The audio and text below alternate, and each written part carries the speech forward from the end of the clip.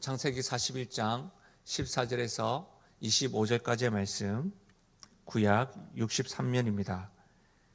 우리 한 절씩 교독하시고 마지막 절은 합독하도록 하겠습니다. 41장 14절입니다. 이에 바로가 사람을 보내어 요셉을 부르매 그들이 급히 그를 옥에서 내놓은지라. 요셉이 곧 수염을 깎고 그의 옷을 갈아입고 바로에게 들어가니 바로가 요셉에게 이르되 내가 한 꿈을 꾸었으나 그것을 해석하는 자가 없더니 들은즉 너는 꿈을 들으면 능히 푼다 하더라. 요셉이 바로에게 대답하여 이르되 내가 아니라 하나님께서 바로에게 편안한 대답을 하시리이다. 바로가 요셉에게 이르되 내가 꿈에 나일 강가에 서서 보니 살찌고 아름다운 7 암소가 나일 강가에 올라와 갈밭에서 뜯어먹고 그 뒤에 또 약하고 심히 흉하고 파리한 7 암소가 올라오니 그같이 흉한 것들은 애굽 땅에서 내가 아직 보지 못한 것이라. 그 파래하고 흉한 소가 처음에 7 살찐 소를 먹었으며 먹었으나 먹은 듯하지 아니하고 여전히 흉하더라. 내가 곧 깨었다가 다시 꿈에 보니 한 줄기에 무성하고 충실한 7 이삭이 나오고 그 후에 또 가늘고 동풍에 마른 7 이삭이 나더니 그 가는 이삭이 좋은 7 이삭을 삼키더라. 내가 그 꿈을 점술가에게 말하였으나 그것을 내게 풀이해 주는 자가 없느니라. 요셉이 바로에게 아뢰되 바로의 꿈은 하나라. 하나님이 그가 하실 일을 바로에게 보이심이니이다. 아멘. 저는 본문의 말씀을 가지고 처음도 끝도 하나님, 처음도 끝도 하나님이란 제목으로 말씀을 나누겠습니다. 제가 상담대학원에서 공부할 때에 헤드헌터를 만난 적이 있습니다. 사실 이 헤드헌터라는 분들은 전문직에 종사하고 있는 분들에게 먼저 찾아가서 이직을 제안하는 분들입니다. 그들에게 스카우트하는 대상들에 대해서 또 어떻게 선별하는지 또 어떤 조건들을 제안하는지 들은 적도 있습니다. 또 반대편으로는 그 헤드헌터에게 연락을 받은 직장인들을 만난 적도 있습니다. 그분들에게 그때 기분이 어땠냐, 또 왜 그때 가지 않았느냐, 선택하지 않았느냐, 어떻게 해서 선택하게 되었느냐, 이런 것들을 들은 적이 있는데 그 헤드헌터에게 제안을 받은 대부분의 첫 번째 반응은 긍정적인 평가를 해준 것에 대해서 기쁘고 즐거웠다였습니다. 자기에 대해서 긍정 평가하고 이것을 제안한 것에 대해서 말이죠.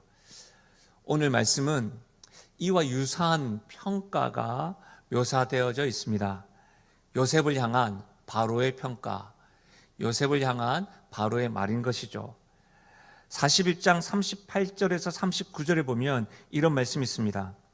바로가 그의 신하들에게 이르되 이와 같이 하나님의 영에 감동된 사람을 우리가 어찌 찾을 수 있으리요 하고 요셉에게 이르되 하나님이 이 모든 것을 내게 보이셨으니 너와 같이 명철하고 지혜 있는 자가 없도다. 다시 말하면 이와 같이 하나님의 영에 감동된 사람을 우리가 어찌 찾을 수 있으리요. 무슨 말입니까 여러분? 이제 찾았다는 거예요. 어떻게 내가 이런 사람을 만날 수 있는가? 바로가 지금 요셉을 향하여 놀라고 있고 감동하고 있습니다. 전 세계가 지금 코로나19로 힘겨워합니다. 재난이라고도 표하기도 합니다.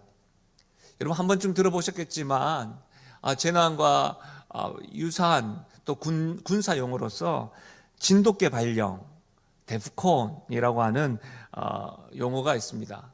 군복무하신 분들은 다 아시겠지만 이 진돗개 발령이라는 것은 간첩이나 무장 공비가 내려왔을 때 우리를 지키기 위해서 보안 태세에 들어간다는 것이 이 진돗개 발령입니다. 그런데 데프콘은 적의 침투에 의한 것이 아니라 실제로 진짜로 전쟁 준비를 한다는 것을 의미할 때 데프콘이라고 명합니다.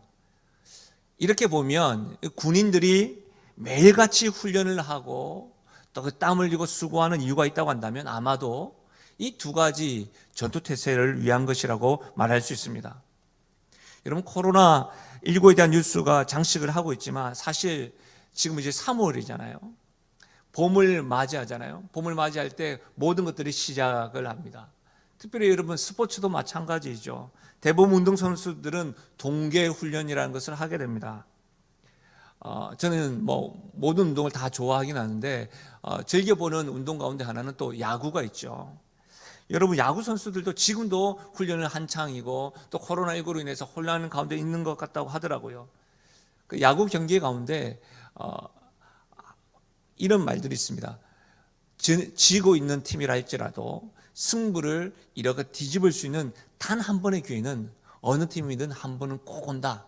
공격의 때든지 수비 때든지 한 번의 기회는 꼭 온다. 이런 말들이 있습니다. 그럴 때마다 그 한 번의 기회에 붙잡고 이기기 위해서 공격과 수비에서 감독들이 선택을 합니다. 선택하는 대체 방법이 수비에 있어서는 중간 개투, 중간에 투수를 교체하는 거고 또 공격에 있어서는 대타 요원, 타자를 교체하는 것입니다. 근데 여러분이 중간 개투와 대타라고 하는 타자들은 선발 요원이 아닙니다. 언제 어느 시점에 나갈지 모릅니다. 자신들도. 어느 날은 경기장에 함께 있어요. 그러나 다른 선수들과 달리 관중에 가까운 그런 입장에서 이렇게 경기에 참관할 때도 있습니다. 그러나 그럼에도 불구하고 실제로 그 중간 개투들과 대타 요원들은 관중과는 분명한 확연한 차이가 있긴 합니다.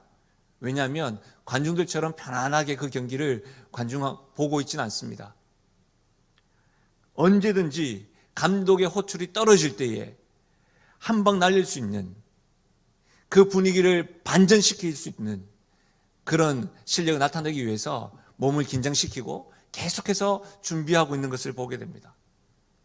여러분 저는 이와 같은 맥락에서 보면 바로가 요셉에게 했던 말 하나님의 영에 사로잡힌 자를 어디서 찾을 수 있겠는가? 이 말이요 하나님께서 꼭 우리들에게 내가 찾던 사람 온 땅을 전심으로 두루 다니며 내가 찾던 사람 여기 있다라고 말하는 것처럼 들려왔습니다. 저는 우리 모두가 바로와 같이 유력한 사람들 뿐만 아니라 하나님에게서도 쓰임받는 사람이길 원합니다. 수많은 교회가 있고 가정이 있습니다. 공동체가 있습니다. 그리고 그리스도인들이 있죠. 저에게 적용하자면 목회자들 중에서도 우리 하나님께서 내가 찾던 교회, 내가 찾던 가정, 내가 찾던 그리스도인, 내가 찾던 하나님의 사람 이런 하나님의 음성을 듣는 은혜가 있기를 주의 이름으로 축원드립니다. 여러분 우리 모두가 이런 소원이 있었으면 좋겠습니다. 이런 관점으로 하나님의 영에 감동된 사람으로 쓰임받기 위해 우리의 생각과 태도를 점검할 수 있었으면 좋겠습니다. 그래서 크게는 두 가지를 살펴보고 그 한 가지에서 구체적으로 두 가지, 세 가지를 좀 더 살펴보면서 오늘 본문을 통해서 하나님께서 우리에게 하나님의 사람으로 쓰임받고자 하나님이 찾는 사람으로 준비시키는 그 은혜가 있기를 바랍니다. 첫 번째는 이겁니다. 하나님의 영에 감동된 사람으로 쓰임받기 위해 우리가 반드시 붙잡아야 되는 단어 하나, 언제나 준비입니다. 언제나 준비. 언제나 준비라는 단어를 꼭 기억하셔야 됩니다. 여러분 요셉을 보면서 놀라운 사실을 깨닫는 것이 있습니다. 그것은 뭐냐면 감옥에서 두 관원의 꿈을 듣고 망설이면서 저에게 몇 시간만 시간을 주십시오. 며칠을 좀 시간 주세요. 3일, 일주일, 2주, 한 달의 시간만 주시고 연구해서 제가 말씀드리겠습니다라고 하지 않고 바로 해석해냅니다. 우리가 다 읽진 않았지만 바로의 꿈에 대해서도 마찬가지입니다. 여러분 당시 바로 곁에는 점술가가 있었고 학자들이 있었습니다. 그리고 그들 역시도 그 꿈에 대해서 확답하지 못했습니다. 그러나 요셉은 한치의 망설임도 없이 해석해냅니다. 이것뿐 아닙니다. 14절 우리가 읽었던 말씀이죠. 이에 바로가 사람을 보내어 요셉을 부르매 그들이 급히 그를 옥에서 내놓은지라 요셉이 곧 수염을 깎고 그의 옷을 갈아입고 바로에게 들어가니. 여러분 아마도 감옥에 갇혀있던 요셉의 모습은 머리가 헝클어져 있었을 뿐만 아니라 옷 역시도 너덜너덜하였는지도 모르겠습니다. 또한 수염이 자랐습니다. 그래서 여러분 일반적으로 이집트인들, 애굽인들은 수염을 기르지 않습니다. 요셉도 그것을 다 알았겠지요. 바로가 불렀을 때에 현재의 모습으로 가는 것이 옳지 않다는 것을 다른 신하들이 보기에도, 애굽인들이 보기에도, 무엇보다 왕인 바로 앞에 섰을 때에 부합된 모습으로 서 있기를, 그것을 그는 알고 있었습니다. 그래서 여러분, 그는 지금 수염을 깎고 옷을 갈아입고 있는 것이죠. 실제로 왕 앞에 나가는 것에 대한 분명한 법도와 규례가 있잖아요. 가장 기본적인 법도와 규례가 뭐예요? 무장해제를 하는 것이죠. 왕 앞에 갔을 때는 무장해제를 하는 거예요. 근데 여러분, 무장해제 않으면 어떻게 합니까? 즉각 사살인 것이죠. 여러분, 생명위협도 받을 수 있는 거예요. 요셉은요, 하나님에 대해서, 꿈에 대해서 자신이 경험하고 있는 문화, 애굽 문화에 대해서도 언제나 준비하고 있었습니다. 사실 우리 주변에도, 그리고 자기 개발서에서도 준비라는 말을 자주 하고, 우리가 또 준비해야 돼, 이런 말을 자주 듣지 않습니까? 근데 사실 준비라는 말을 자주 듣고 잘 알고 있지만, 구체적으로 우리가 무엇을 준비해야 되는지, 언제나 준비라고 하는데 구체적으로 하나님 앞에 쓰임받기 위해서 무엇을 준비해야 되는지, 저는 오늘 말씀을 통해서 두 가지 정도 또 살펴보려고 하는데요. 구체적으로 무엇을 언제나 준비해야 될까요? 첫 번째로는 자신의 전문 분야에 대해서 언제나 준비해야 됩니다. 여기에서 자신의 전문 분야라고 할 때는 자신의 장점, 그리고 환경을 다 포함합니다. 저는 이 일에 대해서 우리 함께 예배드리고 있는 다음 세대뿐만 아니라 우리 믿음의 세대들에게도 동일하게 도전하고 싶습니다. 여러분, 현재 하고 있는 일에 대해서 여러분은 전문성을 가지고 있으십니까? 여러분이 하고 있는 일에 대해서 다른 사람들이 여러분에게 질문하시고 여러분 질문 받으십니까? 그 질문에 대해서 여러분은 머뭇거림 없이 대답하고 있으십니까? 지금 여러분이 있는 그 자리에서 배우고 있는 문화 잘 배우고 있으십니까? 또 접하는 그 문화, 내가 이것은 배워야 될 문화이고 배우지 말아야 될 문화이다 라고 하는 그 분별력을 가지고 있으십니까? 아니면 여러분 현재 맡고 있는 일이 하찮은 일 같아서 대충 하고 있으신가요? 여러분이 맡아서 그 일의 매뉴얼들이 계속해서 업그레이드 되고 만들어지고 있으십니까? 그 일들이 여러분이 손대는 곳마다 일들이 더 잘 되어지고 있으십니까? 아니면 이전이나 현재 자신이 맡아도 크게 변화 없이 보내고 있으십니까? 여러분, 죄송한 말이지만 그런 분위기라고 한다면 회사에서도 여러분을 바라보는 시선은 내가 바로 찾고 있는 이 사람이다, 우리 회사에 당신은 반드시 필요한 사람이다 라고 하는 소식을 여러분 절대로 듣지 못합니다.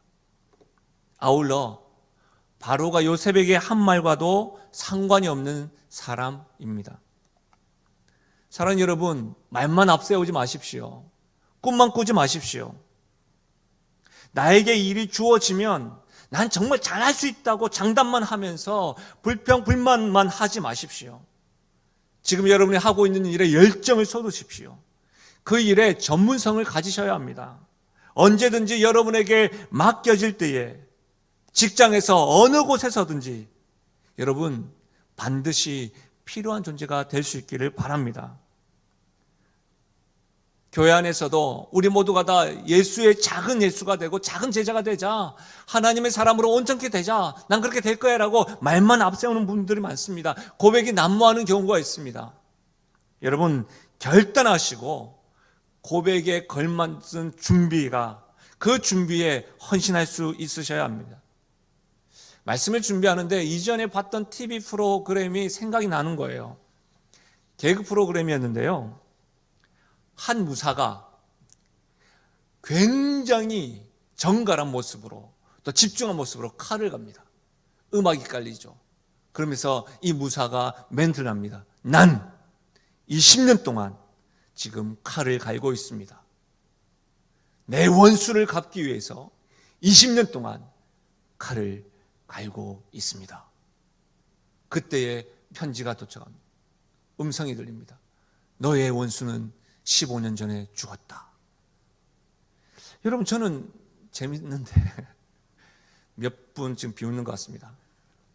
여러분, 사실 이 재미를 떠나서 중요한 메시지를 담고 있는 것 같아요. 무슨 말이에요? 엄한데 엉뚱한 곳에 열정을 쏟지 말라는 거예요. 정말 여러분이 잘하는 것, 신나게 할 수 있는 일, 하고 싶은 일에 열정을 쏟으십시오. 현재 환경 속에서 배우고자 하는 마음으로 힘을 다하십시오.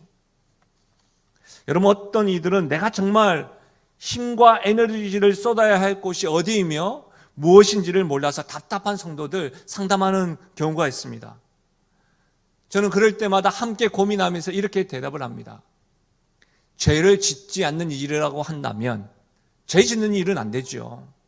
죄 짓는 것이 아니라고 한다면 하나님의 영광을 위해서 잘하는 것, 신나게 할 수 있는 것, 남들이 하지 않는 것, 힘들지만 반드시 해야 하는 것, 필요한 일, 이런 것들을 기준 삼아서 하면 된다고 말합니다. 사랑하는 여러분, 그 어느 것을 해도 좋습니다.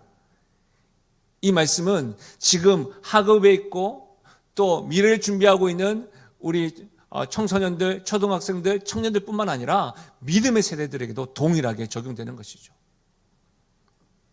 여러분, 구체적으로 우리는 무엇을 또 준비해야 될까요? 두 번째는요, 끈기를 언제나 준비해야 됩니다. 우리가 하나님께 쓰임받기 위하여 언제나 준비해야 되는데 전문 분야에서 또 끈기를 준비해야 된다는 것이죠. 전문 분야에 대해서 열정을 쏟으면서 가져야 될 태도 중에 하나가 끈기입니다. 로마서 5장 4절에 보면 인내는 연단을, 연단은 소망을 이루는 줄 알미로라. 여러분, 인내가 없으면 연단이 없고요, 소망도 없다는 사실을 아셔야 됩니다. 소망을 다 가지길 원하십니까? 인내하셔야 됩니다. 끈기하셔야 됩니다. 히브리서 10장 36절에 너희에게 인내가 필요함은 너희가 하나님의 뜻을 행한 후에 약속하신 것을 받기 위함이라. 약속하신 것을 받기 위함이라. 인내 없이 여러분 약속된 성과와 또 열매를 얻지 못한다는 것을 여러분 명심하셔야 합니다. 어떤 이들은 이렇게 이야기합니다. 자신에게만 일을 맡겨지면 잘할 수 있는데, 또 심지어는요, 맡겨진 애 처음에는 최선을 다합니다. 그러나 끝을 보지 못하는 경우가 있습니다. 시장은 참으로 근사합니다. 시끌벅적합니다. 여러분, 어떤 일들 하다 보면 무슨 일이든지 첫 마음을 유혹할 때도 있고 넘어뜨리게 하는 여러 가지 상황들과 사람들이 없을 수가 없잖아요. 하다 보면 내 생각대로 되지 않을 경우가 있습니다. 그리고 내 생각보다 더 나은 생각을 들 때마다 그것이 맞는 줄 알면서도 자존심 상할 때가 있습니다. 나와 전혀 다른 생각을 가진 사람도 있고요, 지금 우리가 경험하는 것과 같이 전혀 예상하지 못한 환경을 경험할 때가 있습니다. 그럴 때 어떻게 해요? 첫 마음을 잊어버립니다. 포기해버립니다. 그리고 처음 내가 했던 그 일에 대해서 튕겨져 나가버립니다. 손 놔버립니다. 처음 가졌던 마음도 잃어버리고 지금까지 열심히 했던 것도 허사가 되는 경우가 많습니다. 이런 일들이 반복되다 보면 어떻게 됩니까? 자신감마저 잊어버리고 회의론자가 되는 경우가 있습니다. 그 공동체에 보면 꼭 그런 분이 참 저 사람 이전에 열심히 했었는데 하는, 지금 안 그렇다는 말이죠. 이런 일들을 반복적으로 경험해서 아마 그런 아픔이 있을 겁니다. 여러분 어떻습니까? 저는 앞서서 운동을 좋아한다고 말씀드렸습니다. 그래서 운동선수에 대해서 관심이 많습니다. 지금은 잘 하지 못하지만 축구를 굉장히 좋아했습니다. 다리를 다치기도 하고 발톱을 몇 번을 빠지기도 하고요. 축구와도 몇 컬레가 있는지 모릅니다. 특별히 제가 축구 선수, 우리나라 선수 가운데 좋아하는 선수는 차범근 선수입니다. 여러분, 대단한 선수고 연습량이 보통이 아니라는 일화가 있는데, 그분의 일화 가운데 늘 운동장에서 축구공과 함께 연습할 뿐만 아니라 비가 오면, 축구를 밖에서 하잖아요. 남들은 다 운동장에서 비가 오니 연습을 다 쉬는데 그 차범근 선수는 복도에서 계속 볼 가지고 운동을 했다고 하는 일화가 있습니다. 여러분, 저는 이것이 아마추어와 프로의 차이라고 생각합니다. 어떤 상황 속에서도 인내하고 끈기의 태도를 가지고 언제나 준비하셔야 됩니다.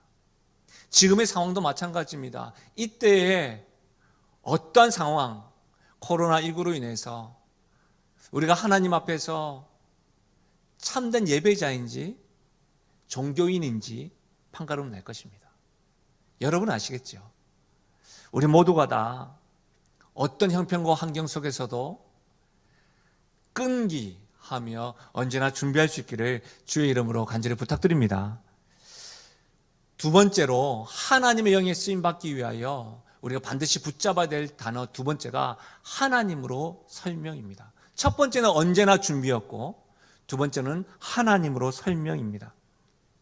여러분, 감옥에 있다가 갑자기 애굽 왕 바로에게 불려간 요셉의 심정이 어떠했을까요? 어땠을 것 같으세요? 여러분 40장인데요. 우리 지난주를 좀 잠깐 살펴봤는데 14절과 15절 한번 들어보십시오. 당신이 잘 되시거든 나를 생각하고 내게 은혜를 베풀어서 내 사정을 바로에게 아뢰어 이 집에서 나를 건져 주소서. 나는 히브리 땅에서 끌려온 자요 여기서도 옥에 갇힐 일은 행하지 아니하였나이다. 술 맡은 관원장에게 자신의 형편을 지금 말하고 있습니다. 그리고 기대를 가졌습니다. 그런 기대를 가졌다가 2년이라는 세월이 지났죠. 그리고 드디어 애굽 왕 바로가 요셉을 부르는 거예요. 거기에다가 여러분 바로가 요셉에게 했던 말 뭐라고 했죠? 15절 우리 같이 한번 읽어볼까요? 15절입니다. 함께 읽겠습니다. 시작. 바로가 요셉에게 이르되 내가 한 꿈을 꾸었으나 그것을 해석하는 자가 없더니 들은즉 너는 꿈을 들으면 능히 푼다 하더라. 여러분 무슨 말이에요? 너는 꿈을 들으면 능히 푼다 하더라. 바로의 말을 좀 더 구체적으로 풀고 해석을 하면 이렇습니다. 내가 한 꿈을 꾸었다. 근데 내 꿈은 내 주변에 있는 점술가와 현인들 저 사람들 아무도 못 해석한다. 근데 들어봤더니 너는 꿈을 바로 꾼다 해석한다 하더라. 내가 너에 대해서 익히 들었다. 이런 말입니다. 요셉의 입장에서 뭐예요? 지금 자신을 보여줄 수 있는 절호의 기회 아닙니까? 최소한 만 2년입니다. 17세 이후로 애굽으로 노예로 팔려왔던 그 시간들을 생각하면 최대 10년 이상 가슴에 묻어뒀던 이야기, 나는 이곳에 올 사람이 아닙니다. 자신의 이야기를 할 수 있는 기회 아닙니까? 사실 우리도 요셉에 대해서 지금 8번째 배우고 있는데 우리 역시도 할 말이 많잖아요. 8번 정도 요셉의 인생을 배우면서 지금까지 있었던 일에 대해서도 이야기를 하고 지금 형편에 대해서도 역전할 수 있는 절호의 기회 아닐까요? 이렇게 한번 생각해 보세요. 회사에 중대한 문제가 터졌어요. 이 일만 해결된다면 나의 앞날이 보장될 것이라는 공고가 딱 붙었어요. 근데 주변을 살펴보니까 나와 번접할 수 없는 엘리트들과 상사들, 선후배들이 있는 거예요. 심지어 내가 생각하는 아이디어와 계획관들과 그런 의견들을 회사 대표, 실무진에게조차도 언급이 잘 안 되는 경우가 있는 상황이에요. 그런데 그때 회장이 김상호 과장 잠시 한번 보지? 과장 정도는 생각을 했습니다. 그렇게 이야기하는 거예요. 그렇다면 여러분 어떤 생각이 들겠어요? 그런 상황 가운데 회장님이 내 이름을 아시고 부른다는 거예요. 대박이고 로또죠. 만약 여러분이 이럴 때면 무엇이라고 말하겠습니까? 어떤 말을 하시겠어요? 요셉은 자신을 꿈을 들으면 능히 푸는 자로 알고 있는 바로에게 자신에 대해서 어필할 수 있는 기회였습니다. 그런데요, 요셉의 말을 들어보십시오. 16절입니다. 요셉이 바로에게 대답하여 이르되 내가 아니라 하나님께서 바로에게 편안한 대답을 하시리이다. 내가 아닙니다. 하나님께서 설명하실 겁니다. 여러분 놀랍지 않습니까? 왜 놀랄까요? 요셉이 하나님 앞에서 코람데오, 하나님 앞에서 범죄하지 않겠노라고 죄를 멀리했다가 그가 경험했던 결과는 감옥 신세였죠. 어떤 의미에서는 요셉 가운데 이런 마음이 없었을까요? 내가 다시는 하나님 이름을 의지하나 봐라. 하나님이 살아계시다고 한다면 내가 애쓰고 주인이 보든 보지 않든 하나님을 의식하면서 내가 열심히 살아왔고 눈물도 알지 않겠는가? 내가 하나님 앞에서 수고한 것, 헌신한 것도 알지 않겠는가? 여러분은 이런 질문과 항의가 있지 않겠습니까? 하나님을 믿는다고 말하면서 우리가 하나님 앞에서 열심히 바르게 살고 그럴 때면 우리가 늘 원통이 하는 거 있잖아요. 하나님 어디 계십니까? 그런데 내가 열심히 살았음에도 불구하고 기다리는 것은 감옥이요, 잊혀짐이라고 한다면, 여러분, 이런 기회가 왔을 때 하나님으로 설명하기보다 어필을 해야죠. 우리 보통 그렇게 하잖아요. 나의 감정 어필을 하잖아요. 어려울 때마다 내가 어떻게 수고했는지를 말 많이 하잖아요. 그런데 요셉을 보십시오. 그럼에도 불구하고 요셉은 어떻게 지금 이 상황으로도 하나님으로 바로의 꿈을 해석하려고 드는 것일까요? 요셉이 감옥 신세에 있었을 때에 하나님께 실망하는 것으로만 결론 났다면, 하나님이 아닌 자신의 형편을 역전시킬 수 있는 인물은 바로라는 것을 확신했다고 한다면, 자신의 지혜와 경험을 가지고 그는 해석하며 자신의 삶의 영위를 발할 수 있지 않았을까요? 그런데 요셉은 절호의 기회라고 생각하는 이때에 어떤 의미에서는 바로 앞에 섰다는 것이 하나님의 카이로스, 하나님께서 자신의 주신 하나님의 때구나 생각할 수 있는 이때에 자신에 대한 어필이 아니라 어떻게 해서 하나님으로 설명하고 있는 것일까요? 저는 이것이 놀라웠습니다. 말씀을 묵상하는 가운데. 근데 여러분, 제가 가지고 있는 이 질문에, 제가 요셉을 묵상을 하면서 보고 있는 책 가운데 데이비드 A. 시멘즈의 글에 보니까 이런 글들이 있더라고요. 한번 들어보십시오. 만약 요셉이 그의 형들이 그들의 노예상에게 팔아넘겼을 때 비탄에 잠기거나 분노 또는 냉소에 빠져버렸다면 그 결과 어떻게 되었을까? 또는 그가 매일같이 계속되는 보디발 아내의 매력과 유혹에 져서 그 당시 누구나 다 행하는 그런 부정을 범했더라면 그 결과는 어떻게 되었을까? 그가 그 당시에 교활하고 파렴치한 이용 가능한 모든 수단을 동원하여 출세의 지름길을 택했더라면 그 결과는 과연 어떻게 되었을까? 그가 감옥 속에서 그 어떤 사람이 자신의 유용한 도움을 사려 없이 망각해 버렸다는 데서 자기 연민과 미움만을 되씹으면서 무너져 내렸다면 어떻게 되었을까? 어떻게 되었을까요? 아마도 바로 앞에 요셉은 없었을 겁니다. 심지어 우리는 이후에 성경에서 요셉의 이름을 발견할 수 없었을 겁니다. 여러분, 요셉은 어떠한 상황 가운데서도 하나님으로 설명하고 있습니다. 어떤 형편과 어떤 사람 앞에서도 그를 단련시키시고 그에게 꿈이 되시는 하나님으로 설명하고 있는 것이죠. 그가 그렇게 할 수 있었던 이유와 중요한 태도는 뭘까요? 먼저는 하나님으로 설명할 수 있었던 이유와 태도는 하나님의 시각으로 자신을 설명하고 있기 때문입니다. 하나님의 시각으로 자신을 설명하는 사람. 다시 말하면 요셉은 자신의 인생의 처음도 끝도 하나님으로 이해하고 있고 하나님으로 설명하고 있습니다. 하나님으로 인해서 해석하고 있다는 사실인 것이죠. 사랑하는 여러분, 여러분 자신을 다른 사람의 기준으로 판단하거나 스스로 평가하지 마십시오. 다른 사람들이 비추는 거울의 모습으로 여러분의 자신을 보지 마십시오. 그 거울은 온전한 거울이 아닙니다. 깨끗한 거울이 아닙니다. 여러분, 제가 결혼식에 주례를 하거나 또 결혼식에 참여하다 보면 기쁘고 즐겁지요. 기쁜 날이니까요. 음식도 만나고 그 대상자들을 통해서 또 주변 친인척들을 만나니까 기쁘죠. 근데 한편으로는요, 즐거우면서도 또 한편으로는 씁쓸한 모습을 볼 때가 있습니다. 저만 그런지 모르겠습니다. 그 자리에 참여한 청년들, 또 그 자리에 참여한 아직 장가와 시집가지 못한 자녀들 둔 선배님들 볼 때가 좀 그렇습니다. 혹 이 영상을 듣는 우리 청년들 가운데서도 최근 자기보다 더 나이가 연소한 친구의 결혼 소식을 듣고 또 주변에 많은 사람들은 가정을 이루는데 좀 결혼이 좀 늦어지는 청년들이 있죠. 그런 청년들이 결혼식에 가다 보면 신부와 또 신랑과 자기를 비교합니다. 여러분, 그러나 그거 아셔야 됩니다.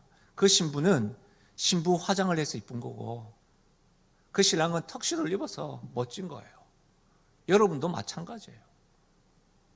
믿음의 선배님들도 마찬가지예요. 그 자리에 있는 신랑과 신부는요, 여러분이 맞이할 사위와 며느리, 앞으로 맞이할 그들보다 이런 비교 대상이 되지 못합니다.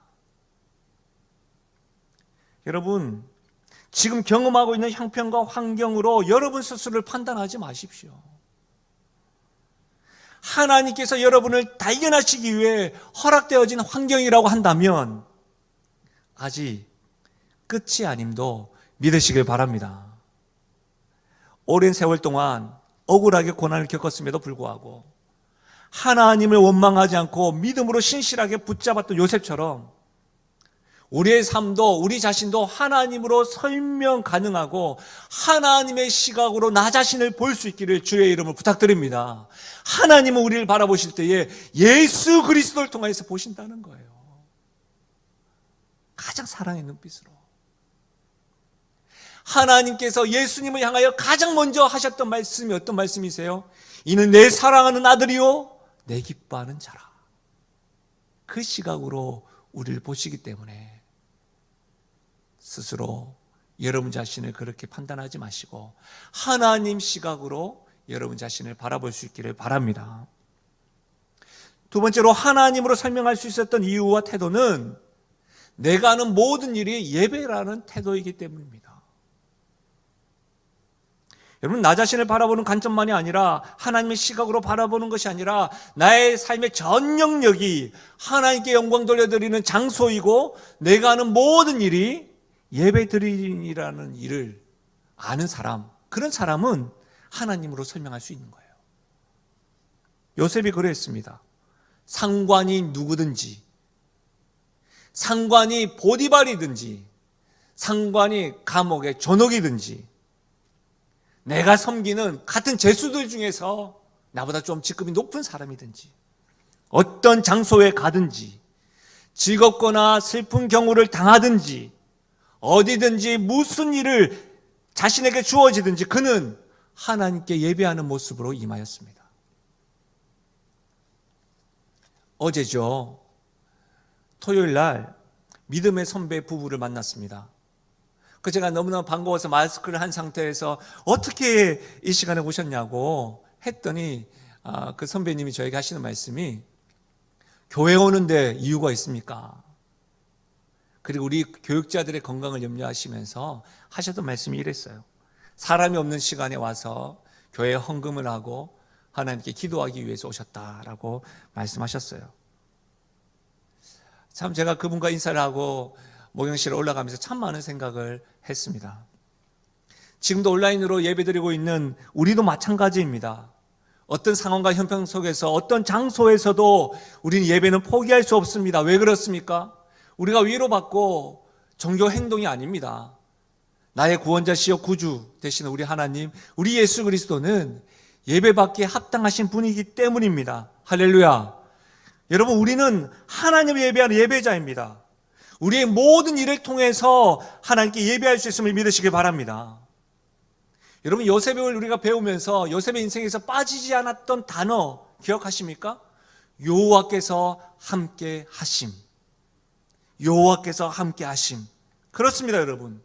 하나님께서는 요셉에게 그 어느 곳에 있든지 그곳이 구덩이든지 미디안 상인들에게 팔려갔던 그 가운데 있든지 노예로 있든지 감옥에 있든지 잊혀진 가운데서도 늘 우리 하나님께서는 요셉과 함께 하셨습니다. 요셉뿐만 아니라 우리에게도 마찬가지인 것이죠. 우리 하나님께서는 우리와 늘 함께 하십니다. 여러분, 그렇기 때문에 우리는 어느 곳에든지 어떤 때에도 무슨 일을 하든지 우리가 예배를 할 수 있음을 믿으시길 바랍니다. 이 사실, 특별히 코로나19로 인하여 이 사실을 우리 모두가 다 경험할 수 있었으면 좋겠습니다. 아, 그렇구나. 주일날 한 번 드리는 공예배뿐만 아니라 예배 드릴 수 없는 상황 가운데서도 내 하나님은 나와 함께 하시구나. 그래서 내가 하는 모든 일을 통해서 예배할 수 있는 것이구나. 여러분 이 고백 있길 바랍니다. 에베소서 5장 22절 보십시오. 아내들이여 자기 남편에게 복종하기를 누구에게 하듯 하라? 주께 하듯 하라. 에베소서 6장 7절에 기쁜 마음으로 섬기기를 주께 하듯 하라. 섬기는 것도 누구를요? 주께 하듯 하라. 골로새서 3장 23절 우리 같이 읽어볼까요? 골로새 3장 23절입니다. 시작. 무슨 일을 하든지 마음을 다하여 주께 하듯 하고 사람에게 하듯 하지 말라. 무슨 일을 하든지 마음을 다하여 누구에게요? 주께 하듯 하라. 이런 의미에서 우리가 하는 모든 일이 하나님께 예배가 될 수 있는 거예요. Work is worship. 우리가 하는 모든 일들이 예배인 것이죠. 주께 하듯 할 때에 우리가 하는 모든 일에 하나님께 함께 하시고 우리가 주께 하듯 할 때에 하나님 앞에 드려진 예배이고 우리의 하는 일과 예배를 통해서 영광 받으실 하나님, 그 하나님이 우리의 하나님인 것이죠. 마지막으로 하나님으로 설명할 수 있었던 이유, 태도는 바로 담대함입니다. 담대함으로 하나님을 설명해야 됩니다. 여러분 41장 25절을 보십시오. 요셉이 바로에게 아뢰되 바로의 꿈은 하나라. 하나님이 그가 하실 일을 바로에게 보이심이라. 32절입니다. 41장 32절에도 이런 말씀이 있어요. 바로에게 꿈을 두 번 겹쳐 꾸신 것은 하나님이 이 일을 정하였습니다. 하나님이 속히 행하시리라. 여러분 이게 왜 담대함이죠? 여러분 지금 바로 앞에서 하나님으로 요셉이 선포하고 있어요. 한치의 망설임도 없어요. 애굽은 10개의 신을 섬겼습니다. 그래서 출애굽할 때 10개의 재앙이 있는 거예요. 그런데 애굽의 대표적인 신, 어떤 신을 섬긴 줄 아세요? 태양신을 섬겼다고요. 무슨 말이에요, 여러분? 태양신을 섬겼던 바로, 또 바로 자신을 신이라고 말하는 그 자신 앞에서 야훼, 유일신 되신 하나님이 이 일을 하게 하셨습니다. 하나님이 이 일을 속히 행하실 겁니다. 여러분 대단하지 않습니까? 유일하신 하나님이 당신에게 보이시고 유일하신 하나님께서 이 일을 행하실 것이라고 담대하게 말하고 있는 거예요. 사랑하는 여러분, 우리가 누구 앞에서도 어떠한 상황 속에서도 함께 하시는 하나님으로 인하여 우리가 회복해야 될 단어, 회복해야 될 태도 뭐예요? 담대함이에요. 코로나19로 인해서 우리가 회복해야 될 단어, 용기고 담대함이에요. 지금 우리가 겪고 있는 현실에서도 마찬가지입니다. 이 담대함을 놓치지 마십시오. 소유할 수 있기를 주의 여러분 축원드립니다. 여러분 옆 사람에게 축복 한번 해보세요. 하나님께서 함께 하시니 용기 내세요. 하나님께서 함께 하시니 용기 내세요. 지금 두 사람 안 한 것 같아요. 하나님께서 함께 하시니 용기 내세요. 담대하십시오, 여러분. 하나님께서 함께 하신다고 한다면 담대하십시오. 용기 내십시오. 태양신이라 할지라도 코로나19로 할지라도 우리가 사실 이렇게 함께 지금 흩어져서 예배드리는 이유는 코로나19가 겁나서가 아니잖아요. 혹여라도 우리 이웃들에게 피해를 줄까 그런 것이죠. 여러분 격리되어 있으시면서 두려워하지 마십시오. 담대하십시오. 마스크 하시고 여러분 담대하십시오. 우리 이 말씀 같이 한번 읽어봐요. 이사야 41장 10절입니다. 함께 읽겠습니다. 시작. 두려워하지 말라. 내가 너와 함께함이라. 놀라지 말라. 나는 내 하나님이 됨이라. 내가 너를 굳세게 하리라. 참으로 너를 도와주리라.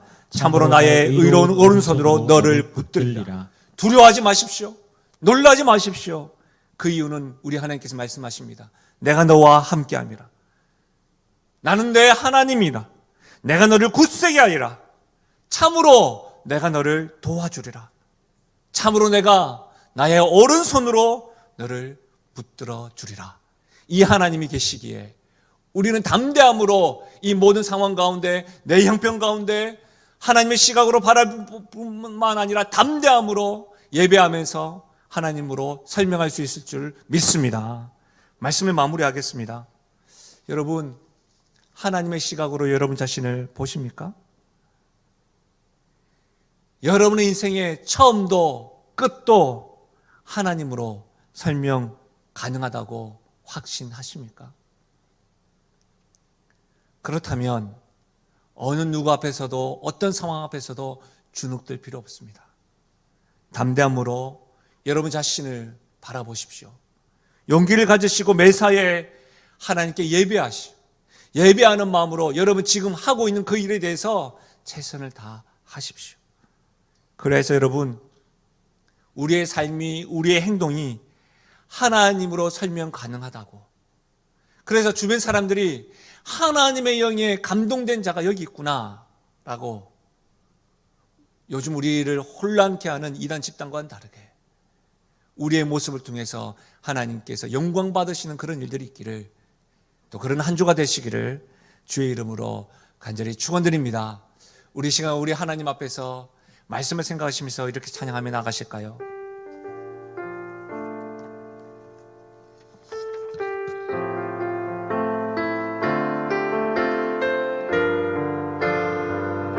나는 하나님을 예배하는 예배자입니다.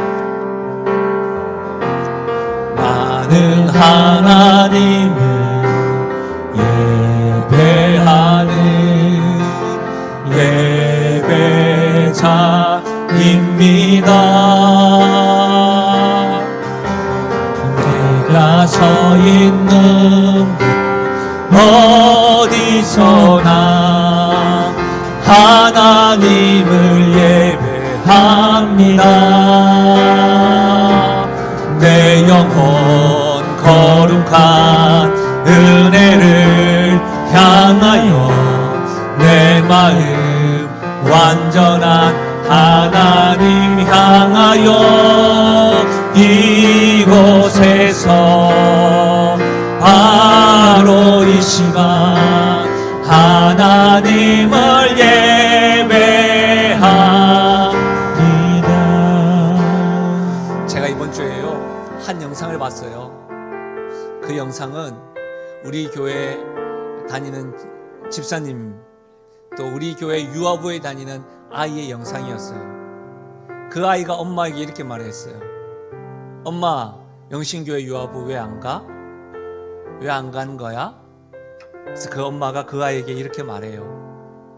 지금 코로나19로 인해서 잠시 예배를 드리지 못해. 그래서 이곳에서 엄마와 같이 예배 드리면 돼. 유아부에서 배웠던 찬양을, 이 찬양을 하는 거예요. 그 아이가 나는 하나님을 예배하는 예배자입니다. 내가 서 있는 곳 어디서나 하나님을 예배합니다. 그 영상을 보는데요, 하나님께 감사하고 유아부 교사들과 또 수고한 그 엄마에게 감사하고 그 아이의 모습을 본 하나님 얼마나 기뻐하실까. 사랑하는 여러분, 이 상황 가운데 처음도 끝도 하나님이 함께 하시고 우리 하나님을 설명할 수 있습니다. 그러기에 우리는 예배할 수 있는 것이지요. 우리 역시도 이 시간에 우리가 있는 그곳에서 우리와 함께 하시는 하나님, 처음과 끝이 되시는 그 하나님, 알파와 오메가가 되시는 그 하나님께 우리 예배하고 찬양하며 나가십시다. 하나님, 나는 하나님을 예배하는 예배자입니다. 나는 하나님을 예배하는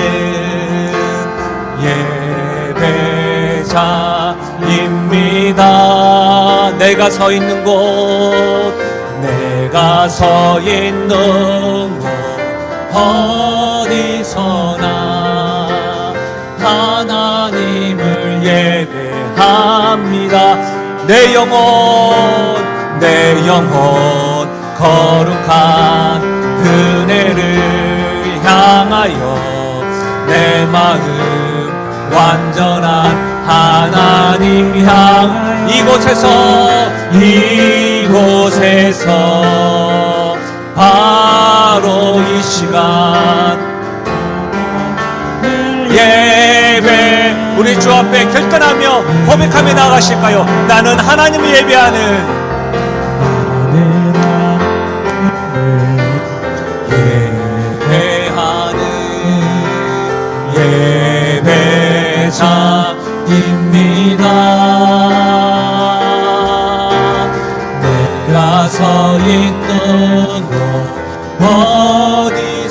나 하나님을 예배하. 우리 영혼에게 선포하며 나갑시다. 내 영혼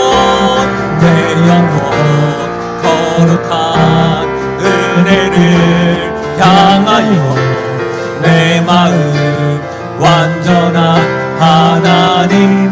이곳에서 바로 이 시간 하나님을 예배. 아멘. 부르신 곳에서 나는 예배하네. 세서 나는 예배하네. 어떤 상황에도 나는 예배하네.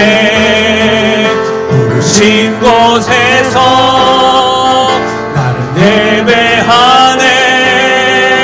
어떤 상황에도 나는 예배. 우리 마지막입니다. 부르신 곳에서 나는 예배하네. 어떤 상황에도 나는 예배하네. 부르신 곳에서 나는 예배하네. 어떤 상황에도 나는 예배하네.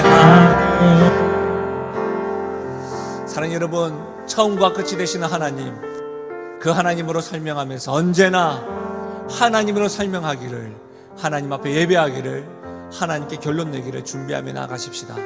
우리 다시 만나는 그날까지 하나님의 사람으로 승리하십시오. 제가 잠시 기도하겠습니다.